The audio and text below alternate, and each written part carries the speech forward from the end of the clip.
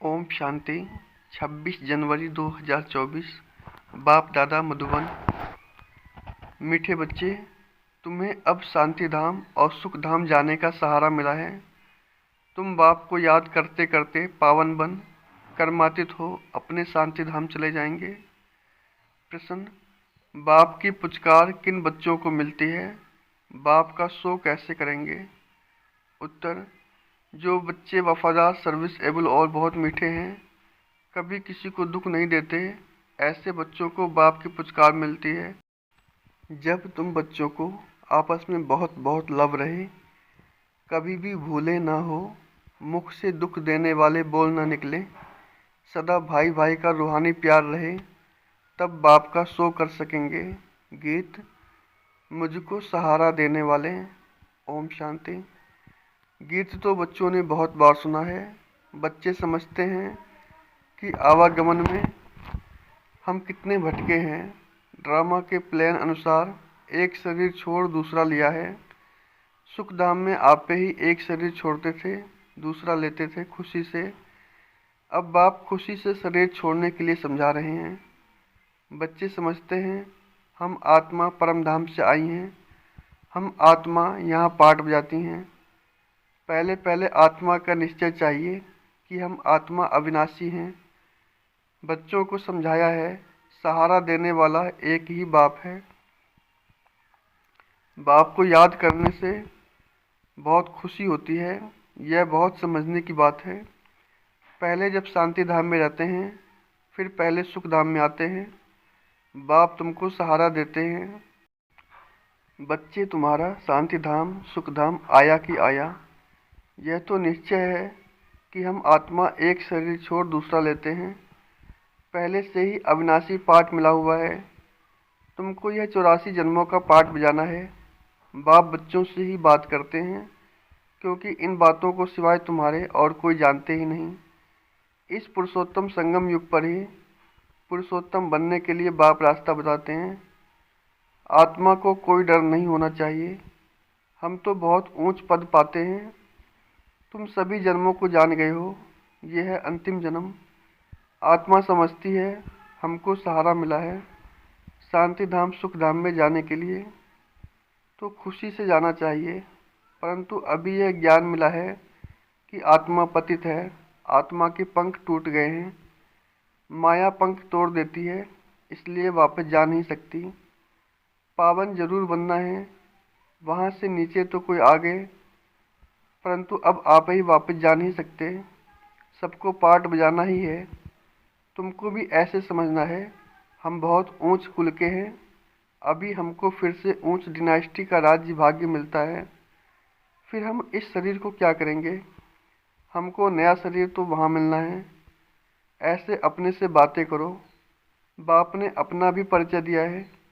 रचना के आदि मध्य अंत का भी राज समझाते हैं कि आत्मा ही सतो प्रधान सतो रजो तमो में आती है। अब फिर आत्मा अभिमानी बनना पड़े। आत्मा को ही पवित्र बनना है। बाप ने कहा है बस मुझे एक को ही याद करो और कोई को भी याद नहीं करो। धन दौलत मकान बच्चों आदि में बुद्धि हो गई तो कर्मातीत अवस्था को पा नहीं सकेंगे। फिर पद कम हो जाएगा और फिर सजाएं खानी पड़ेंगी। अभी हम आत्मा लौटने वाली है। वापस पावन बन लौटना है। बाप आए हैं पावन बनाने, तो हम खुशी से बाप को क्यों नहीं याद करेंगे जो हमारे विक्रम विनाश हो जाए। खुद याद करते होंगे तो दूसरों को भी कहने से तीर लगेगा। इसको विचार सागर मंथन कहा जाता है। सुबह को विचार सागर मंथन अच्छा होता है, क्योंकि बुद्धि अच्छी होती है, रिफ्रेश होते हैं। भक्ति भी उस समय होती है। गीत है राम सुमिर प्रभात मोरे मन। भक्ति मार्ग में तो सिर्फ गाते थे। अभी बाप का डायरेक्शन है कि सवेरे सवेरे उठ मुझे याद करो। सतयुग में तो राम को सिमरते नहीं। यह सब ड्रामा बना हुआ है। बाप आकर ज्ञान और भक्ति का राज समझाते हैं। पहले तुम नहीं जानते थे, इसलिए पत्थर बुद्धि कहा जाता है। सतयुग में ऐसे नहीं कहेंगे, इस समय ही कहते हैं ईश्वर तुम्हारी बुद्धि को अच्छा करे। यहाँ का गायन भक्ति मार्ग में चलता है। तो बाप बच्चों को बहुत प्यार से समझाते हैं कि बच्चे, तुम मुझ बेहद के बाप को भूल गए हो। तुमको आधा कल्प के लिए मैंने ही बेहद का वर्षा दिया था। तुमको बेहद का संन्यास मैंने ही कराया था। मैंने ही कहा था कि यह सारी पुरानी दुनिया कब्र दाखिल होनी है, जो ख़त्म होने वाली है। तुम उनको याद क्यों करते हो? मुझे तुम बुलाते ही हो कि बाबा हमको पतित दुनिया से छुड़ाए पावन दुनिया में ले चलो। पतित दुनिया में करोड़ों मनुष्य हैं, पावन दुनिया में बहुत थोड़े होते हैं। तो कालों के काल महाकाल को बुलाते हैं ना। भक्तों ने भगवान को बुलाया कि आकर भक्ति का फल दो। हमने बहुत धक्का खाया है, आधा कल्प की आदत पड़ी हुई है, तो उनको छोड़ने में मेहनत लगती है। यह भी ड्रामा में नूद है। बच्चे नंबरवार पुरुषार्थ अनुसार अपनी कर्मातीत अवस्था को पाते हैं। कल्प पहले मुआफिक, फिर विनाश हो जाएगा। अभी तो रहने की ही जगह नहीं है, अनाज नहीं, खाए कहाँ से? अमेरिका भी कहते हैं करोड़ों मनुष्य भूखे मरेंगे। यह नेचुरल कैलेमिटीज तो होनी ही है। लड़ाई लग जाए तो अनाज कहाँ से आएगा? लड़ाई भी बहुत भयानक होती है। जो भी सामान उनके पास तैयार है वह सब निकालेंगे। नेचुरल कैलेमिटीज भी मदद करेगी। उनके पहले कर्मातीत अवस्था को पाना है, सांवरे से गोरा बनना है। काम चिता पर बैठ सांवरे बन गए हो, अब बाप खूबसूरत बनाते हैं। आत्माओं के रहने का ठिकाना तो एक ही है ना। यहाँ आकर पाठ बजाते हो, राम राज्य और रावण राज्य को क्रॉस करते हो। अब बाप ने बताया है पुरानी दुनिया का अंत है, मैं आता ही हूँ अंत में। जब बच्चे बुलाते हैं पुरानी दुनिया का विनाश जरूर होना है। गायन भी है, मिरुआ मौत, मलुका शिकार। लेकिन बाप की श्रीमत पर नहीं चलेंगे तो वह खुशी हो नहीं सकते। अब तुम बच्चे जानते हो हमको यह शरीर छोड़ अमरपुरी में जाना है। तुम्हारा नाम ही है शक्ति दल, शिव शक्तियाँ। फिर तुम प्रजापिता ब्रह्मा कुमार और कुमारियाँ हो। शिव के तो बच्चे हो, फिर भाई बहन बनते हो। प्रजापिता ब्रह्मा द्वारा ही रचना रची जाती है। ब्रह्मा को ग्रेट ग्रेट ग्रैंड फादर कहते हैं। तो बाप आत्माओं को बैठ समझाते हैं, आत्मा ही शरीर द्वारा सब कुछ करती है। आत्मा के शरीर को मारते हैं तो आत्मा कहेगी हमने इस शरीर से फलानी आत्मा के शरीर को मारा है।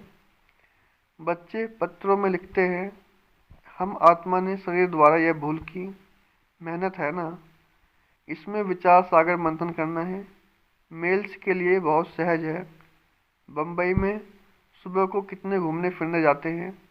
तुमको तो एकांत में विचार सागर मंथन करना पड़े। बाबा की महिमा करते रहो, बाबा कमाल है आपकी। देहधारी की महिमा नहीं गाई जाती है। विदेही ऊंचे से ऊंचा भगवान है, वह कभी अपनी देह नहीं लेते। खुद ने बताया है कि मैं साधारण तन में प्रवेश करता हूँ। यह अपने जन्मों को नहीं जानते हैं, तुम भी नहीं जानते थे। अब इसने मेरे द्वारा जाना है तो तुम भी जान गए हो। तो यह भी प्रैक्टिस है। बाप को याद करने से तुमको बहुत खुशी होगी। जब अपने को आत्मा निश्चय करेंगे तो आत्मा को ही देखते रहेंगे, फिर विकार की कोई बात उठ नहीं सकती। बाप कहते हैं अशरीरी भव। फिर क्रिमिनल ख्यालात उठते ही क्यों हैं? शरीर को देखने से गिर पड़ते हैं। देखना है आत्मा को। हम आत्मा हैं, हमने यह पाठ बजाया है। अब बाप ने कहा है अशरीरी भव। मुझे याद करो तो पाप कट जाएंगे और याद की यात्रा पर रहने से कमाई जमा होगी। सवेरे का समय बहुत अच्छा है। सिर्फ बाबा के सिवाय और किसको देखो ही नहीं। बाकी यह लक्ष्मी नारायण है एम ऑब्जेक्ट। मन मना भव, मध्याजी भव, इसका अर्थ कोई नहीं जानते। तुम समझा सकते हो भक्ति है ही प्रवृत्ति मार्ग वालों के लिए। वह निवृत्ति मार्ग वाले जंगल में क्या भक्ति करेंगे? आगे तो यह भी सतो प्रधान थे। उस समय उन्हों को सब कुछ जंगल में पहुंचता था। अभी तो देखो कुटियाएं खाली पड़ी हैं, क्योंकि तमो प्रधान बनने के कारण उन्हों के पास कुछ पहुंचता नहीं है, भक्तों की श्रद्धा नहीं रही है। इसी कारण अब धंधे में लग गए हैं, करोड़पति पद्मपति हैं। अब यह तो सब खत्म होने वाला है।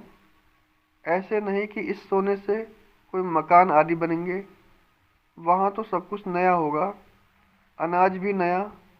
नई दुनिया में फर्स्ट क्लास चीज़ें होती हैं।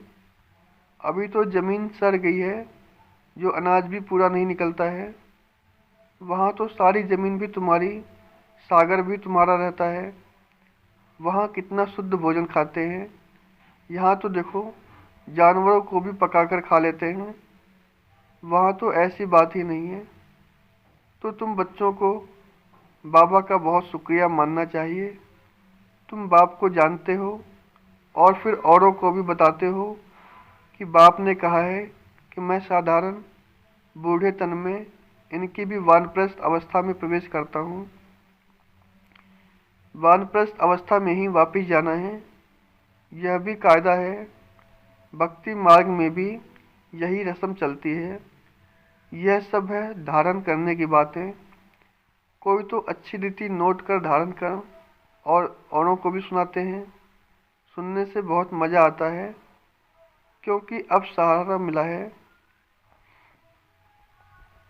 तुम जानते हो, हर एक आत्मा भ्रुकुटी के तखत पर विराजमान है। आत्मा के लिए ही कहते हैं, भ्रुकुटी के बीच चमकता है अजब सितारा। ऐसे तो नहीं कहते परम पिता परमात्मा शिव चमकता है, परंतु आत्मा चमकती है। आत्मा भाई भाई है, तब कहते हैं हिंदुस्तानी पाकिस्तानी बौद्धि सब भाई भाई हैं। परंतु भाई का अर्थ समझते नहीं हैं। तुम्हारा आपस में कितना लव होना चाहिए। सतयुग में जानवरों का भी आपस में लव है। तुम भाई भाई हो तो कितना लव होना चाहिए। परंतु देह अभिमान में आने से एक दो से बहुत तंग हो जाते हैं, फिर एक दो की गिलानी करते हैं। इस समय तो तुम बच्चों को आपस में बहुत छीड़-खंड होकर चलना है। इस समय जो तुम यह पुरुषार्थ करते हो, 21 जन्म छीड़-खंड होकर चलते हो। अगर कोई उल्टा अक्षर मुख से निकल जाए तो फौरन कहना चाहिए आई एम सॉरी, क्योंकि हमको बाबा का फरमान है कि बहुत मीठा होकर रहना है। जो फरमान नहीं मानेंगे उनको कहा जाएगा ईश्वर का नाफरमान बरदार। कभी भी किसको दुख नहीं देना है। बाकी बाबा जानते हैं, सिपाही की सर्विस है तो सच्ची कराने के लिए किसको मारना भी पड़ता है। मिलिट्री वालों को लड़ाई भी करनी पड़ती है। सिर्फ अपने को आत्मा समझ मामे कम याद करो तो बेड़ा पार हो जाएगा। इस पुरानी दुनिया को क्या देखना, हमको तो नई दुनिया को देखना है।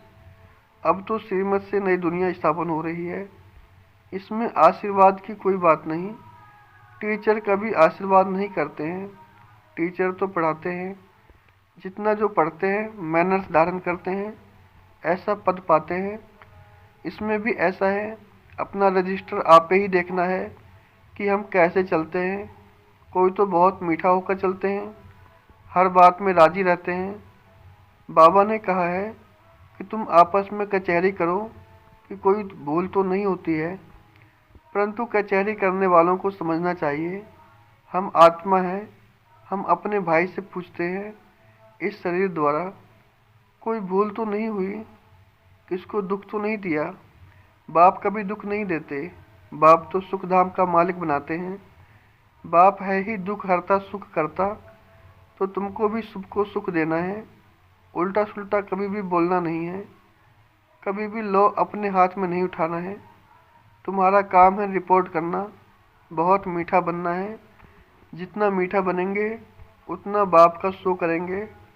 बाबा प्यार का सागर है, तुम भी प्यार से समझाएंगे तो तुम्हारी विजय होगी। बाप कहते हैं, मेरे लाडले बच्चे, कभी किसको दुख नहीं देना। ऐसे बहुत हैं जो उल्टी सुल्टी भूल करते हैं। चुगली करना, रीस करना, हसद करना, यह भी विक्रम है ना। बाबा कहते हैं, जो अच्छा वफादार सर्विस एबल बच्चा होगा वह हमको ज़रूर मीठा लगेगा। उनको पुचकार भी देंगे, दूसरे को नहीं देंगे। फिर कहते हैं इनकी पास खातिरी होती है, यह बड़ा आदमी है। ऐसे बहुत नुकसान करते हैं, उल्टा सुल्टा काम करके दोष धरते हैं। समाचार आता है फलाना बीड़ी नहीं छोड़ता। बाबा कहते हैं उनको भी समझाना पड़ता है कि तुम योग बल से विश्व को पावन बना सकते हो, तो क्या यह बीड़ी नहीं छोड़ सकते? बाप को याद करो, बाबा अविनाशी सर्जन हैं, ऐसी दवाई देंगे तो सब दुख दूर हो जाएंगे। अच्छा, मीठे मीठे सिखी लदे बच्चों प्रति माता पिता बाप दादा का याद प्यार और गुड मॉर्निंग। रूहानी बाप की रूहानी बच्चों को नमस्ते। हम रूहानी बच्चों की रूहानी बाप दादा को नमस्ते। धारणा के लिए मुख्य सार। पहला, देह अभिमान में आकर एक दो को तंग नहीं करना है, हर बात में राजी रहना है, कभी भी चुगली नहीं लगानी है, हसद रीस नहीं करनी है, किसको दुख नहीं देना है, आपस में बहुत मीठा छीड़ खंड होकर रहना है। दूसरा, सवेरे सवेरे उठ प्यार से बाप को याद करना है, अपने आप से बात करनी है, विचार सागर मंथन करते बाबा का शुक्रिया मानना है। वरदान, अपनी पावरफुल स्थिति में स्थित रहे, मनसा द्वारा सेवा करने वाले नंबर 1 सेवाधारी हो। यदि किसी को वाणी की सेवा का चांस नहीं मिलता है तो मनसा सेवा का चांस हर समय है। पावरफुल और सबसे बड़े से बड़ी सेवा मनसा सेवा है। वाणी की सेवा सहज है, लेकिन मनसा सेवा के लिए पहले अपने को पावरफुल बनाना पड़ता है। वाणी की सेवा तो स्थिति नीचे ऊपर होते भी कर लेंगे, लेकिन मनसा सेवा ऐसे नहीं हो सकती। जो अपनी श्रेष्ठ स्थिति द्वारा सेवा करते हैं वही नंबर 1 सेवाधारी फुल मार्क्स ले सकते हैं। स्लोगन, लौकिक कार्य करते अलौकिकता का अनुभव करना ही सरेंडर होना है। आज की अव्यक्त वाणी है, अव्यक्त साइलेंस द्वारा डबल लाइट फरिश्ता स्थिति का अनुभव करो। अब डबल लाइट बन दिव्य बुद्धि रूपी विमान द्वारा सबसे ऊंची चोटी की स्थिति में स्थित हो। विश्व की सर्व आत्माओं के प्रति लाइट और माइट की शुभ भावना और श्रेष्ठ कामना के सहयोग की लहर फैलाओ। इस विमान में बाप दादा की रिफाइन श्रेष्ठ मत का साधन पेट्रोल हो, उसमें जरा भी मनमत परमत का किचड़ा ना हो। ओम शांति।